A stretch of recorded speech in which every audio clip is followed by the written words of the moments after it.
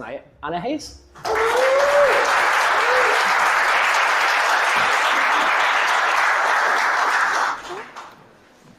You're sweating now, aren't you? I am. Absolutely no need to.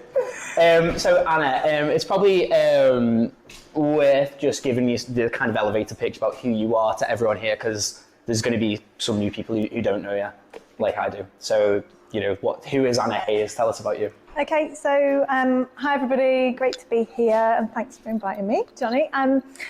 So I'm founder and managing director of Active Profile. We're a PR and marketing agency based here in the Baltic. We've just moved into the Baltic October, so a few months ago.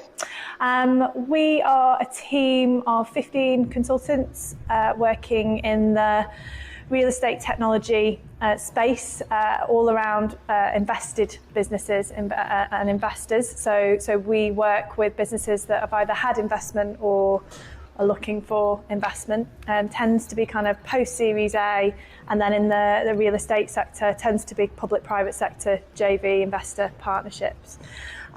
We've not always been so kind of focused in terms of that. I started out 17 years ago. I hate saying that. It's a bit like lying about your age. You kind of get 17. I just said 12 to somebody the other day. I was like, they'll never know. They'll never know. So yeah, we are working with brands, so some kind of early stage scale-up brands, and then to global tech distributors. So a real mix of clients, which we absolutely, we love that. I think as an agency, we like the variety that brings. I personally get bored very easily, so even within those kind of sectors that I talk about, we try and create variety, within those too. I don't know if you want me to kind of start from where it started, because that's 17 years of hard work. Well, I was going to say 17 years. That's putting a shift in, because you told me that it was your 21st birthday the other day. So. Thanks. So how did Active Profile come into being? So I was doing a computer science degree here at Liverpool Uni. So I'm from Lancashire originally. Came here, I think through clearing, or it was my insurance offer, I can't remember. Anyway, I didn't get into Manchester, got over that, came here, and I did computer science. And then in my final year, I worked out that all my friends were going to have an extra year because they'd all failed. We partied hard in the first year. I'd scraped through, but I was like, I'm going to leave and go into the big world of work before everybody else. Can't do that. So I actually went and found myself an internship, and I went down to London and worked for Reuters. And at Reuters, I worked out that I wasn't going to be in the technical sector for the rest of my life. I had a brilliant experience, don't get me wrong. I was in the technical project management team, learned loads, but I was on a project with the stock exchange. And I remember one day that was kind of coming to an end, and I think I had 3 months left of that placement.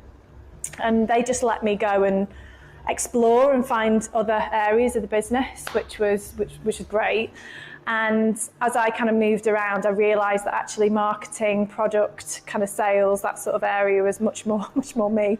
And I was in a team of 100 engineers, and I'm a big believer in women in tech, and I do a lot for that. Not that we are tech, we're kind of PR and marketing in tech, but I was in a team of 100 male engineers, and I do look back and think, would I have had a different experience? Would I have made that decision to not stay in tech and move had that been slightly easier? Because it was tough. But that said, kind of come back around, and I am still in tech, but we are still working with technology businesses now. So yeah, I did the internship, came back, absolutely skint, like no money at all from kind of coming back from London. Dad wouldn't give me any more money. I was like in the new beautiful management school that had appeared in the time that I was away, and I saw a poster that said business plan competition, £1,000. So I was like, I can write a business plan for £1,000. I'm only studying 8 hours a week. So I did. And so I wrote the business plan, had to sit in front of a panel of people and kind of judging, and the business link, the bank, the lawyer, so I did my business plan, which was for a business that would never have worked. But anyway, and I got my £1,000, and I went on holiday. it was the summer, so it was the end of my uni, so I went on holiday and I came back and everybody started ringing me. You setting up this business? What are you doing? You need to register your bank account, do all this. I was like, shit, I've actually got to start a business. So part of me was wanted to stay in Liverpool, and I have to be honest, there wasn't the jobs because I'd had quite a lot of experience by this point. I'd kind of done London, and I'd worked for a couple of businesses up here, while I was at uni. So there wasn't really a job for me. So I thought, well, why not? So I'd like to tell you there was some great strategy behind it all, but really it was a case of, right, well, I'll have a go. And that's what I did. And that's how it started, really. So you were just in Ibiza? I was in Ibiza with my £1,000. That's amazing. That's fantastic. I could have said Magaluf or IAF or somewhere, but yeah. Okay, so I first met you when I was running a program aimed at innovation businesses, and I was starting out in my career, and I was kind of getting a feel for it, companies, they pitch for work, marketing and PR agencies, they have to say what they're going to do and how they're going to do all your KPIs and the SEO and get you followers and get you work. What's it like being on the other side of the table? What's it like having programs or tech companies, specifically for everyone here, what's it like having a tech company as a customer? Because we all know the customer's always right, don't we? I take it that's not necessarily true. It's tough. I think, obviously, as we've grown, the clients have grown, in time. So I think the sorts of challenges you come up against is everyone's got an opinion on marketing. Everybody. We all have opinions, don't we, on marketing and kind of. So you're constantly kind of met with a preconceived idea of what is going to be right, and I think that's difficult sometimes to undo that or potentially challenge. So I think you have to be comfortable with challenge, and challenging a brief, challenging a point of view, helping somebody. Often we'll be pitching to more than one person, and in many situations. So that was an example of kind of economic development, work, but in the real estate space, more than one entity. So you've got JV of 3 different companies. That's 3 different ways that somebody is going to see something working, which is really tough.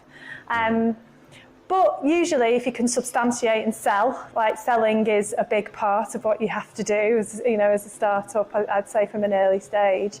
You've got to offer people something different and also make them believe that you're the agency that's going to get them from A to B. And that does come with, showing some track record and all the things that you would tick off in terms of that checklist. But ultimately, it comes down to, is it somebody you want to work with? And I think that's the same, whether it's you're a tech business or or the local authority or any sort of entity. Do we want to work with these people at the end of the day? It's still people. Yeah, and that kind of leads me on to the next natural question from that is, based on the people and things that you've worked on, what are the highlights and lowlights of that? If you're not NDA'd. I'll start with the highlights. I think I still personally get a kick out of working with the founder, the founder's kind of businesses. The highlight for me is somebody we're going to get from here to here in the time, that we've got to create the growth, to create the leads that are then going to ultimately generate revenue and then retain that revenue. Helping somebody through that is really, really rewarding. And I think that's still, so Carl would be a highlight, I think, in terms of then there being an acquisition and an end. A lot of our work, there isn't always an end, an end point, because that company is going to grow and grow and grow. And we are actually, even though I kind of talked about those sectors now, we're developing models and processes and our approach that's now being kind of put into different sectors. And I think that there's a real win for me, kind of seeing other sectors where you might not think that an accountant, for instance, would understand an agile marketing model and get them through 90-day, plans and sprints and things like that. You kind of go, this will never happen, and then it does, and you get a real kind of kick out of that and think, well, we've changed the culture through the work that we've done. We've changed the culture within that organisation. I think another high point for me was seeing the work that we, the sorts of work that we've done in the tech sector, and then putting some of those processes in place for Tech Data, who I mentioned, so that I kind of liken that to taking what we were doing and putting it on acid, and poor Nathan has felt the pain of some of this, but kind of like, right, how do we make what we've done scalable across not one client, but we're going to do 30. So let's take people through that program, take 30 businesses through, not everything, but kind of small bits of it.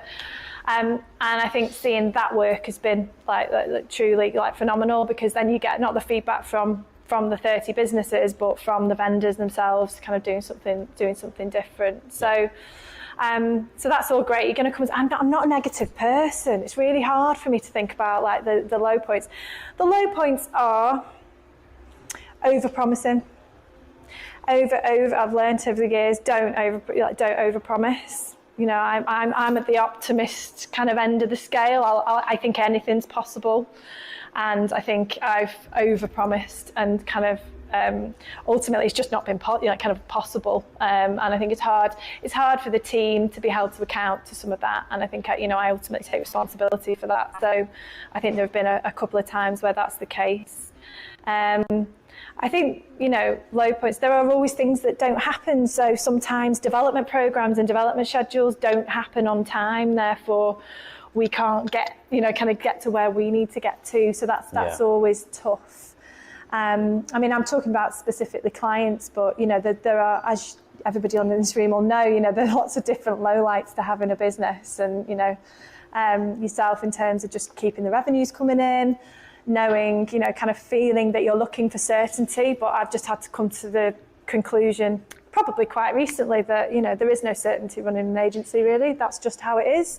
You have to get used to it, and, kind of you strive for that, but is that ever, kind of what the business that we're in? Probably not. Should have chosen a different one. So I think there's a lot of, like, I always say to people, if they say, I'm thinking of starting a business, I'm thinking of going something to, the highs are higher, they're much higher than, kind of working for somebody else and, delivering the wins, but the lows are lower. You've got both, kind of at either end of the spectrum. So as long as you go in with that, like knowing that, and you're up for that, and I've loved it. I love it. I wouldn't still be doing it if I didn't love it. I'd have done something else. I think it's the constant challenge, but different challenges as you go. There'll always be, somebody said to me the other day, there'll always be a nest. There'll be a nest of things that you've got to sort out at any one time. Just in terms of, one thing's led to another. Just get used to there just being a nest of stuff that you just need to get through. And I was like, oh, right, okay, yeah, that makes sense.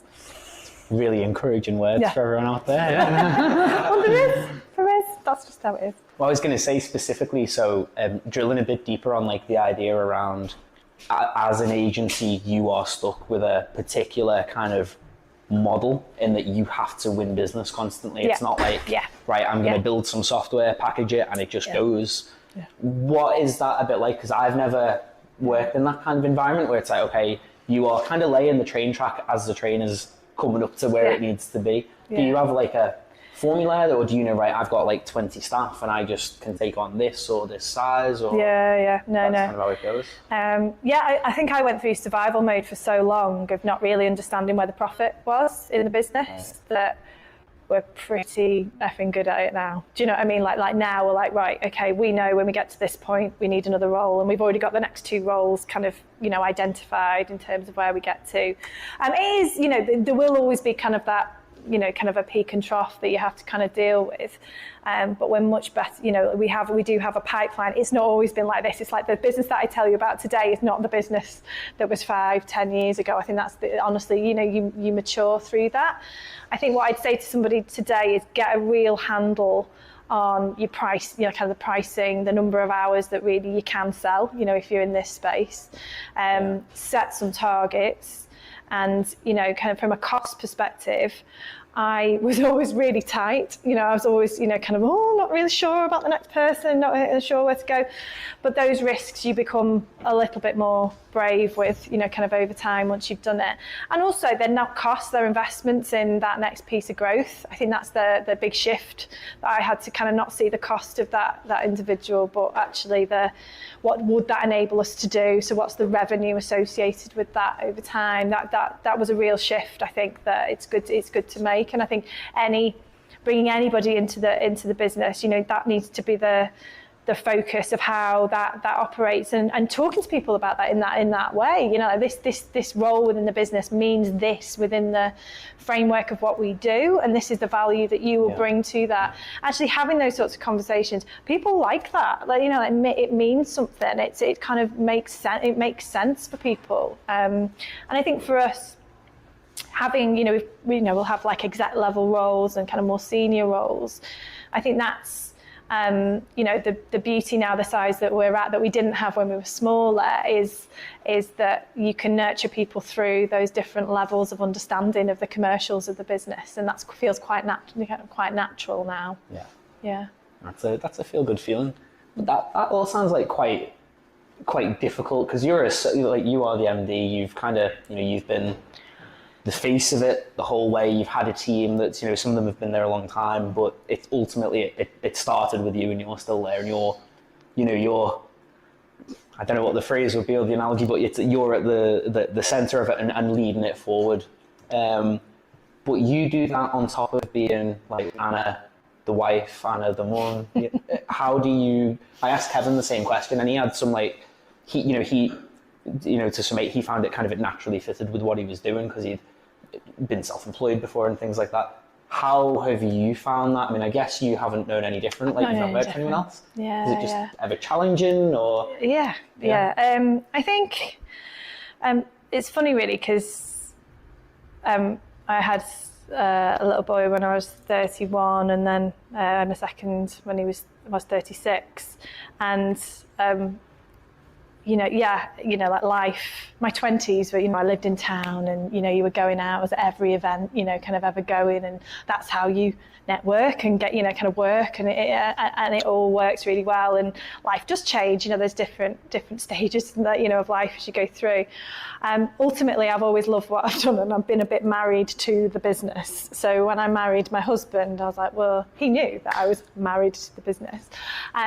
But I'd never been more grateful for where the business was at when I had my first kid. We were probably only 6-7 people at that time, but I was able to take 3 months and have, 3 months isn't, it isn't such a long time, but I was able to come back flexibly. I was able to pay myself. It was at a point where that was allowed. And when I looked at my peers and the decisions that they were having to kind of make at the time around maternity leave and career and, all that sort of thing, really, I felt quite unaffected, really. I mean, I was still, baby and phone, and, there was all that going on. I'm not saying that, it was, that everything went down and I wasn't connected to the business for 3 months, but I trusted the people that were in the business by that point. Could I have done that in the earlier days? Probably not. I think that's probably I can see that. So I always say to people, just have a go when you are young. And I think, like, my husband is a driving instructor. It's really flexible. I can be flexible. I think now there's just an understanding that everybody's flexible, and I think that's the big shift that everybody can just enjoy and kind of lean into. But I have made sacrifices. Like my husband has been the primary carer. Because I do what I do, and and that sometimes I do. Have I questioned that? Yeah, of course I have. But I haven't ever thought that it would be right any other way. And I think that's a decision that only you can make. Only you can kind of take that decision and create that whatever dynamic is right for you. So I'm a big believer in one size doesn't fit all, and you can create what you need to create. And I think it's much better than it was 10 years ago. God, if I think back in the shift that has happened, we're in such a better place. And I think we're in a better place after the last couple of years we've had as well, just from a flexibility kind of perspective and culture, just generally. I think that's a good thing. I subscribe to that, though, because I've always had this kind of vision that, I'll end up with 5 kids, a little army of mini-me's, and I'll just take them all in a backpack, and I'll work from the gym with my laptop, and then they'll all be really good at jiu-jitsu, even better than me. And yeah, I mean, that's probably not going to happen, but I babysat one kid for about 2 hours and I got a migraine. So. Well, I will say, I mean, I did, I took Fridays for a time with my first, and I'm going to try and do that, so I was working 4 days a week, But I've had to do sales calls and lock him in the car and stand there and just think he'll be fine. I'll just stand outside the car, you know, and keep him strapped in. That's the safest place for him. You know, it's not, don't get me wrong, it's not plain sailing, but life just isn't, is it? You know, like there's always going to be those moments of, and that call was, you know, 100 grand contract, you know, that we got. And he was fine in the car. And I'm always like, really, you know, there's a lot of guilt, isn't there, in the world, but nobody died in that situation. Child was strapped in. Call went well, you know, on with it. There's a feature on Teslas for that if you need that again. So it's been quite a journey then, and it's in like you can't kind of separate the personal from the kind of the work side of it, which is quite interesting because there's definitely a divide in the people that I speak to in terms of there's work me, then there's family me. And you're more of a proponent of, no, you've got to kind of make the work me work with the family me. Yeah. If you, I'm going to ask you some hypotheticals now. Brace yourself. So if I got a time machine and sent you back and you met 21-year-old Anna, what would you say to her? If you had like a 2-minute pep talk that you could give her, what would you say in that pep talk? I'd say this is terrible because like this goes against everything that I am, but like don't care so much about everything because I think that I'm a Virgo, I'm a perfectionist. I want everything to be perfect, and that as we've grown, you know, like everything can't be perfect. You know, that's not life, is it? Life isn't perfect, but I think I used to be very anxious about that. You know, I had to make people believe that a 23-year-old was going to do this versus the big agency down the road and take a chance and do that. And actually, you know, I did it. And you know, so I'd probably say to myself, no, believe in yourself, and don't kind of cut yourself some slack on the anxiety piece. Because I think if we're in business, we care about what we do. If we're in business and we're successful, there's going to be something emotional connected to what you're doing. So therefore, that is going to breed some sort of worry, anxiety somewhere. So I'd probably say to myself, don't worry, you know, kind of don't worry about it as much as you need to. There's some things that you absolutely do need to worry about, kind of stay close to, but try and organise that a little bit. Like, don't let it all kind of become so important that it drags you down, drags your energy down. Yeah. You've worked with some of the more kind of prolific names in tech, particularly in the north, and you did some work with Peak, didn't you, a while back and stuff? You know, they've just done a massive raise. They're probably the next big unicorn, big story in the north. You mentioned you worked with Carl. Do you, not necessarily saying there's a formula, but do you notice common threads amongst all of these really successful people who managed to build the business from scratch, do all the stuff that we know we're meant to do around like hiring and product and culture, and meanwhile kind of not go crazy while we're doing it? Is there something in that, like because you've kind of been beside so many of them now? Yeah, I think the one kind of common thing is absolute belief in the product, like unwavering belief in the product and what they're trying to achieve and what it will achieve. And I think I'm aware. I know how to sniff that out now as well. You know, in terms of those earlier, because ultimately that will drive the success of that business, and therefore the marketing just comes in behind and, you know, kind of pushes it and propels it, etc. So I think there's that. I think. The great ones have all got a real belief about the people they've got in their business and the culture that they're trying to create. So as much as it being about the product, it's about the culture of that business and getting the best people into that business to enable that business to grow and thrive. And I think that's been. I mean, Peak is a brilliant example. I mean, I was at their conference. We worked with them kind of post-Series A for 3 years before they went international. Are they the best case study that we could ever have? Yes. They are they're brilliant. So I think just establish those relationships, those long-term relationships, and you know who they are, you know, kind of within your client base, and see those grow. Ultimately, they want to see you grow. They want to see you do, you know, great work, and so there's that goodwill thing that, you know, kind of give before, you know, that kind of comes back round. If you can strike up relationships where that's how it feels like a partnership, actually, and that's where I go back to my like, don't work with, you know, it comes back to, do I feel like a supplier, or do I feel like somebody who's partnering with this business for their success? That's the partner, you know, they care about you and you care about them. So I think in all those instances that's the same. I think, what would I say about them as well? I think they know that they're not the best at everything. I think that's probably something that I would say from those founders, you know, big, you know, successful.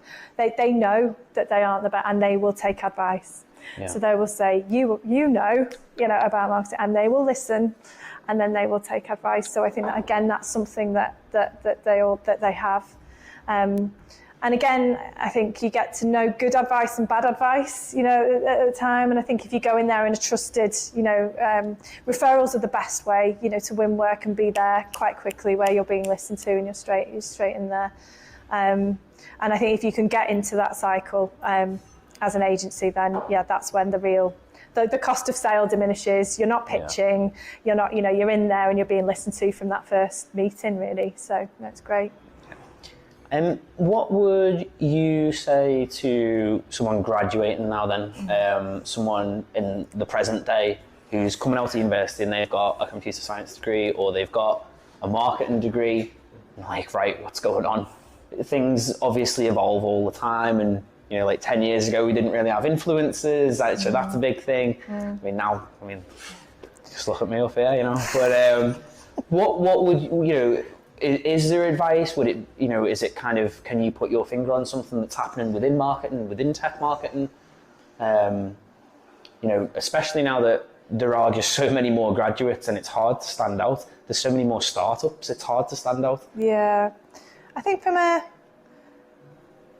you talking about, so I think as a graduate, becoming attractive to a business, you know, kind of coming out of university into a business, I think any sort of experience, I say this a lot, you know, any sort of experience that you've got, even if it's, you know, even if it's a couple of days, or you've shadowed, or you've done something, just understanding a business and how it operates will set you apart, you know, straight away. And that could be family and friends, you know, but it could be, you know, it could be some way of understanding the rudiments of creating profit somewhere. Just some way of showing somebody that, you know, that you've got that understanding is always, I think, would immediately put you to the top of, you know, in the 20% rather than the 80%. Yeah. I think as somebody, are you thinking like somebody starting a business, or thinking of starting a business? Yeah, if you've got some insights on that. I was just saying earlier, you know, an entrepreneur wasn't really on the career list. I remember going to see the careers advisor, you know, 20 years ago, and it was like, not really got that, you know, in my file as an opportunity. That's all changed now. I think networking, you know, I wouldn't necessarily fix yourself on exactly what you're doing, like, until you've tested a few things and gone out and tried a few projects and looked at what works. Have a go at something, do small stuff. Don't go and try and do like huge things. Set your sights on learning, or getting some reference points that mean something, you know, that you can, you know, I'm a big fan of a case study, you know, I can make a case study sound great, you know, but that case study might be, you know, a project that took you half a day. It doesn't have to be the be all and end all. I think trying to I got referenceability really quickly through doing small pieces of consultancy with bigger names than I potentially would have got work with, you know, so it wasn't about saying, I want your big contract, you know, your big contracts. It was about saying, what can I do that's small that enables me to say, I've worked with the Combined Authority, I've worked with, you know, I've done those things. So that would immediately kind of give you credibility at that level if you're just starting out. And we're in services, so I think if you've got a product and you're taking a product forward, that is different. You know, ultimately that is different. Yeah. You've got to find your way in terms of that product rather than service. But we talk about services in a product way, you know, in terms of what we offer. And then the last thing for me before we open to the audience is, what does the next 5 years look like for you? I'm just doing my 3-year plan actually at the moment. I took myself off to Wales for a couple of days, and so I've just kind of started that process. We've just been through a mad few years, a couple of years, haven't we? You know, like certainly, like it feels like the feet have just kind of hit the ground again. So obviously opening the office here was a big thing for us, and we've got growth plans. We've always said like 20% year on year. That's kind of what we aim for. So we're doing that at the moment. We are running a few projects that are kind of different from what we do. So remember Tech Climbers? We're a set of Tech Climbers. So Johnny and I worked on something called Tech Climbers, and we've taken that as a Liverpool project, and we're running it in Leeds City region, which is great. So we're going to be doing that for the next 2 to 3 years and running them in different areas. And Birmingham want to do it, believe it or not. West Midlands, yeah. Do you hear that, Leeds? Do you hear that, Birmingham? I'm your boy. But so we've got things like that on the pipeline, which is good. The main thing the next 3 years is building the team. So we've got, as you've just said, channels are changing. Our consumers, businesses are changing in terms of how they're buying, what they're buying, where they're buying things. So my prerogative. That's a slide door, Rich. That's my co-founder. That's my co-founder of 20 years. Corporate experience in some of the biggest brands on the planet, trying to operate a door. This is, and actually, so I lied to you. I do have one more question. I wrote it on at the end, and I forgot about it. My final hypothetical question was if there was, you're in PR and you've done campaigns and stuff, so you know how to make things like pop and really, like trend and go viral. Let's say there was an election tomorrow, a snap election, and Anna Hayes is the new Metro Mayor of the Liverpool City region.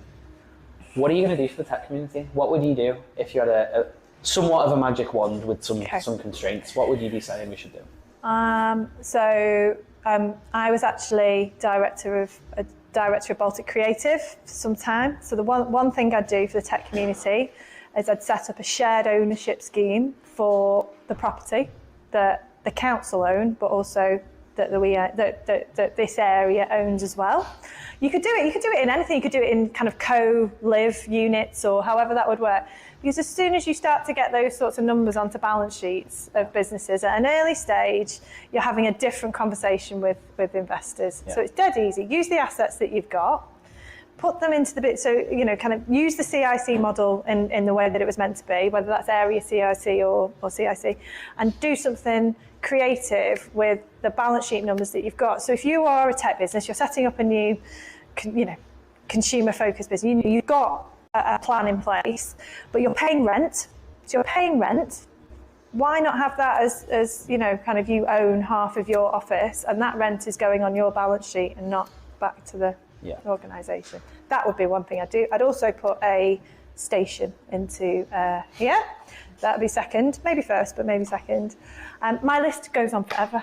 It really does go on forever because there are so many things we could do with a little bit of creativity. In there. Big round of applause, please.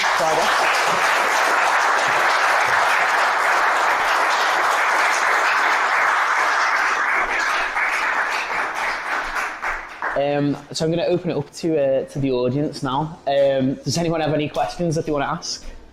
Straight away. Andrew?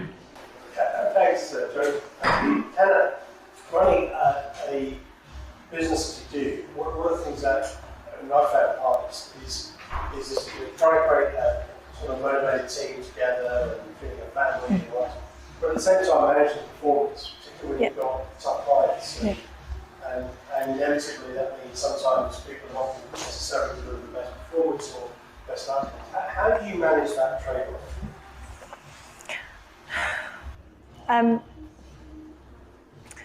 Recruit really good people, but I think it's tough. One thing that we've done recently is I kind of like closing the circle on some of that around rewards and actually performance and being really clear. So we do have a PDP process and a one-to-one. It's actually discipline of doing that.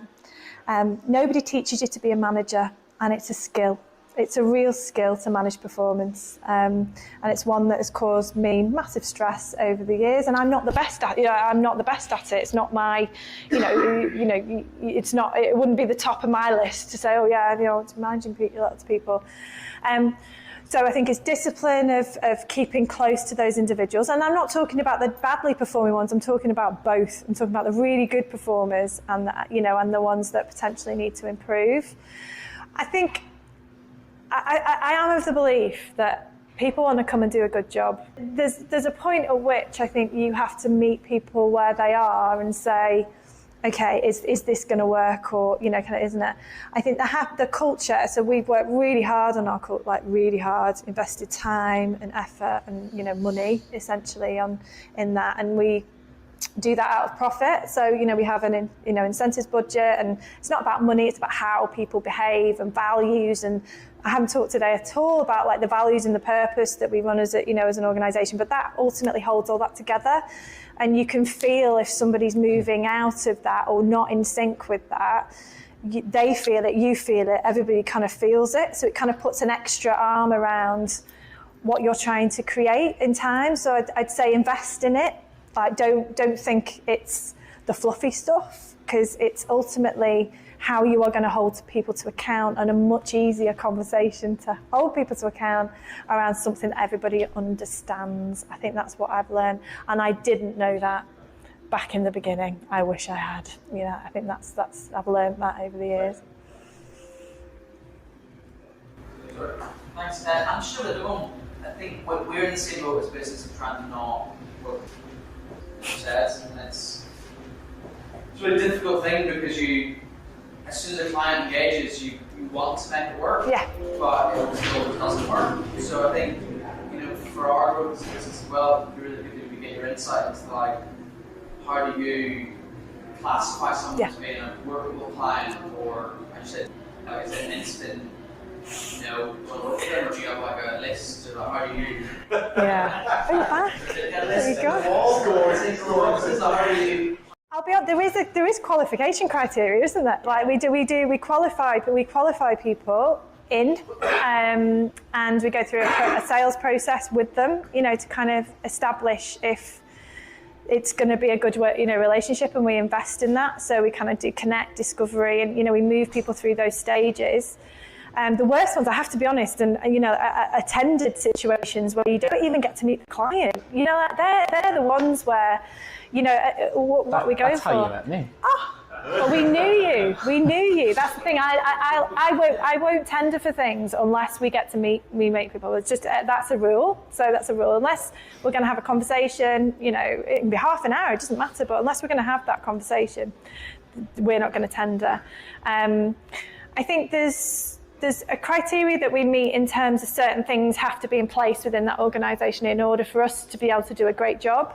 And I think that's, again, that comes through time of understanding basically getting it wrong. So where's it gone wrong? Right, we don't want to do that again. So we've established that really, if a business hasn't got, somebody leading marketing within that organisation at a kind of midweight to marketing director level, we are going to struggle to do what we do in terms of the model that we bring in and the campaigns that we deliver. So if somebody comes to us and they're not quite at that stage yet, then we will have a conversation and point them in the right direction, somebody that is. I think the thing is you kind of get a feel for, through the questions that you're able to ask people, and also just how they just that chemistry piece as to whether it's going to be difficult, and if you give that sales process enough time, it usually you'll get that out in the sales process, in the sense that they feel that feels a bit difficult, so we're not going to go any further, kind of through to proposal, because ultimately proposals are your IP, as a business. They are, you're putting something in front, so value that. Is this the right place for that time, effort, investment, creativity? Take time over thinking about whether you're going to put it in, and we've become much better at this. Nathan's sat here now, and he's sat here and he's thinking, poor Nathan's going, yeah, she didn't do that last week when she said, we're going to run off and do something different. So it is hard, because ultimately you do want to grow, and that's the challenge that you ultimately that you've got a team and you've got, those sorts of things. But I think if you can get better at that, it will save you money, because they are the projects that you will lose money on, are the ones where, your gut instinct tells you as you're going through, oh yeah, this doesn't feel right, we're not quite there yet. They're probably the ones that you'll lose money on. I think people as well have like inbuilt net promoter scores in their head. Like you as an individual brand have an MDF. I always think like if people had Google review pages in the same way that businesses do, what would people leave on your page? It's probably a good way to act. Yeah. Any other questions? Declan? You mentioned how to try to put business as to grow 20% year on year. What's the vision you're on, to try cash for, and how it close to the end? What, as in wanting to give up, sort of thing? Or like, what was the leanest time you started? Like, how people, that kind of stuff. I think early days, it's really hard kind of when you're really starting out, because you've got to do the work and you've got to win the work. And I think that's that's like early stage. I think as you get bigger, my role has been always to win and bring in the new stuff. The sorts of work that we do, we should have a mixture of long-term fixed retainer stroke, like fixed revenue, and then projects that kind of sit to kind of append that, and we move through. So there's a mix, and I would say always try and get that mix of like the longer term with the shorter term, kind of stuff, because I think that helps you grow, that helps you go through that.